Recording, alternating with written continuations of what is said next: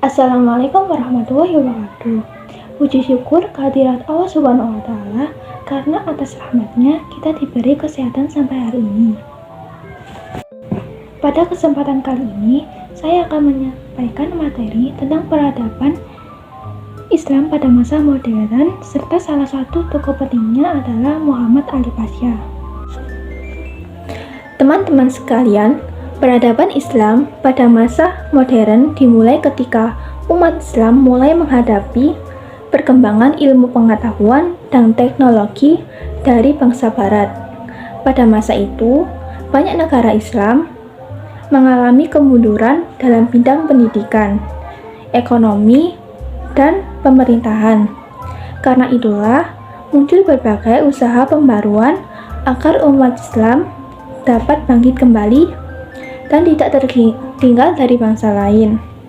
Perkembangan peradaban Islam modern membawa banyak kemajuan dalam bidang pendidikan, mulai dari didirikannya sekolah-sekolah modern yang mengajarkan ilmu agama sekaligus ilmu umum.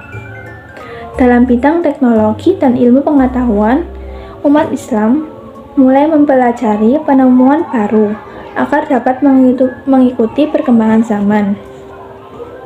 Selain itu, pembaruan juga dilakukan dalam bidang militer, ekonomi, dan pemerintahan, supaya negara-negara Islam menjadi lebih kuat dan lebih maju. Salah satu tokoh yang berperan penting dalam pembaruan Islam modern adalah Muhammad Ali Pasha. Beliau lahir pada tahun 1765 Masehi dan dikenal sebagai pemimpin Mesir yang membawa banyak perubahan besar.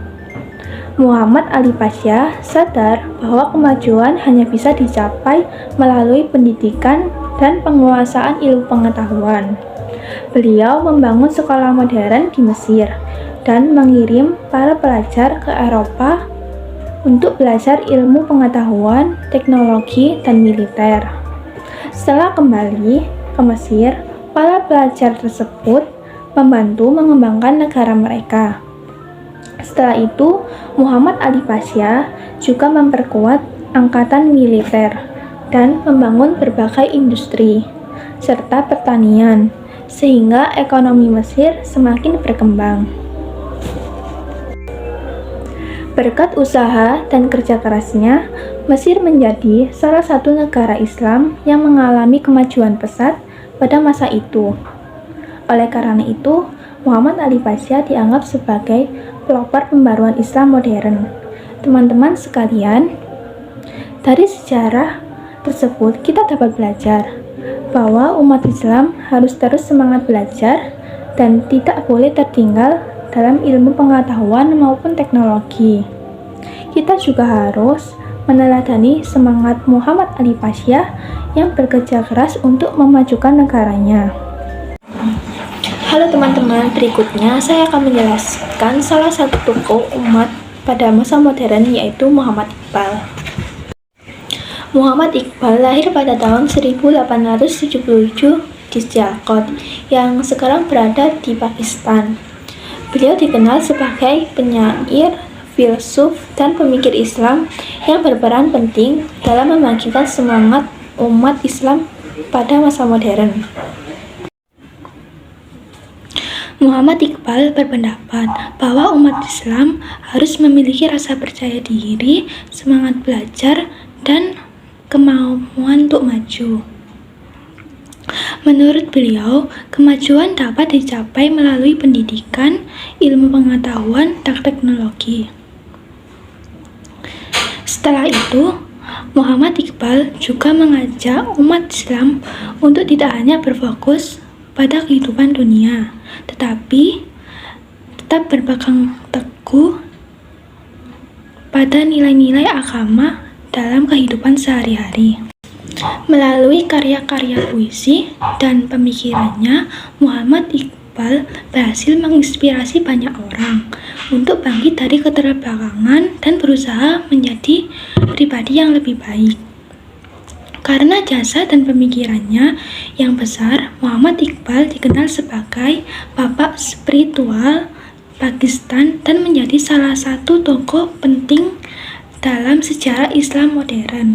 Dari Muhammad Iqbal, kita dapat mengambil pelajaran bahwa pendidikan, kerja keras, dan kepercayaan diri sangat penting untuk mencapai kesuksesan.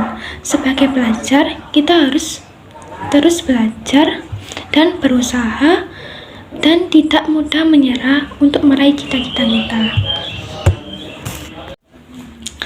Berikutnya, saya akan membahas tentang tokoh Islam pada masa modern, yaitu Jamaluddin Al-Afghani.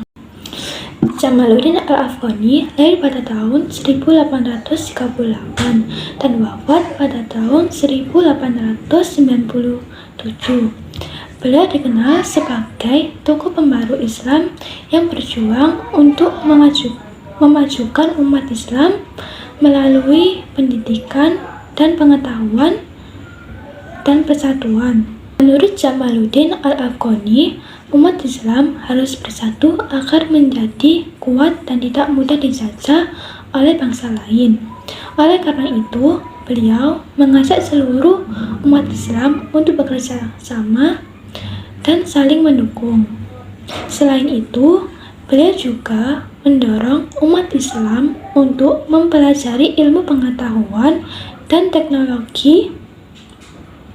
Menurutnya, kemajuan suatu bangsa dapat dicapai melalui pendidikan dan penguasaan ilmu. Jamaluddin Al-Afghani juga menentang penjajahan yang terjadi di berbagai negara lainnya. Ia memperjuangkan kemerdekaan dan kehormatan bangsanya. Dari Jamaluddin Al-Afghani, kita dapat mengambil pelajaran bahwa persatuan, pendidikan, dan semangat untuk terus belajar sangat penting bagi kemajuan umat dan bangsa.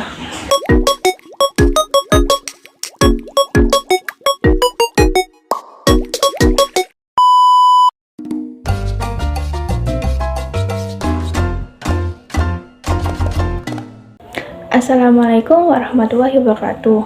Pada kesempatan ini, saya akan menyampaikan tentang detik-detik proklamasi kemerdekaan dan sambutan rakyat Indonesia terhadap proklamasi kemerdekaan. Kemerdekaan adalah hasil perjuangan para pahlawan yang telah berjuang melawan penjajah selama bertahun-tahun. Banyak pengorbanan yang dilakukan demi mendapatkan kebebasan bagi bangsa Indonesia.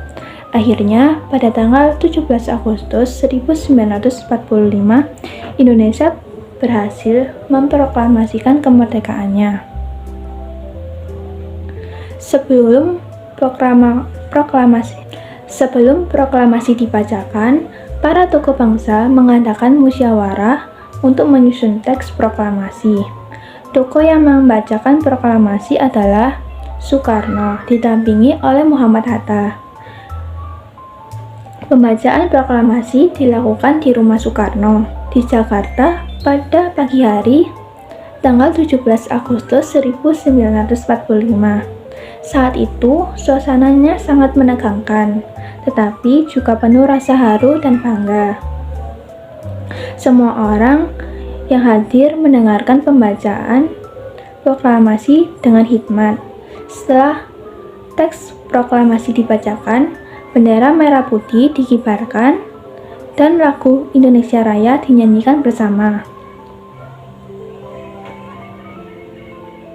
Peristiwa itu menjadi tanda bahwa Indonesia sudah menjadi negara merdeka. Setelah berita kemerdekaan tersebar, rakyat Indonesia menyambutnya dengan sangat gembira. Berita proklamasi disebarkan melalui radio, surat kabar, dan dari mulut ke mulut. Banyak masyarakat yang merayakan kemerdekaan dengan mengadakan syukuran sederhana. Para pemuda juga ikut menjaga keamanan dan siap mempertahankan kemerdekaan Indonesia dari ancaman penjajah yang ingin kembali datang. Walaupun setelah merdeka, Indonesia masih menghadapi banyak kesulitan. Rakyat tetap bersatu dan saling membantu demi mempertahankan kemerdekaan.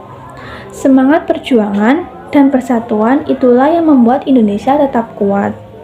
Demi peristiwa proklamasi kemerdekaan, kita bisa belajar untuk menghargai jasa para pahlawan, mencintai tanah air, dan menjaga persatuan bangsa. Sebagai generasi muda, kita harus meneruskan semangat perjuangan mereka dengan belajar rajin dan menjadi warga negara yang baik. Sekian yang dapat saya sampaikan. Terima kasih. Wassalamualaikum warahmatullahi wabarakatuh.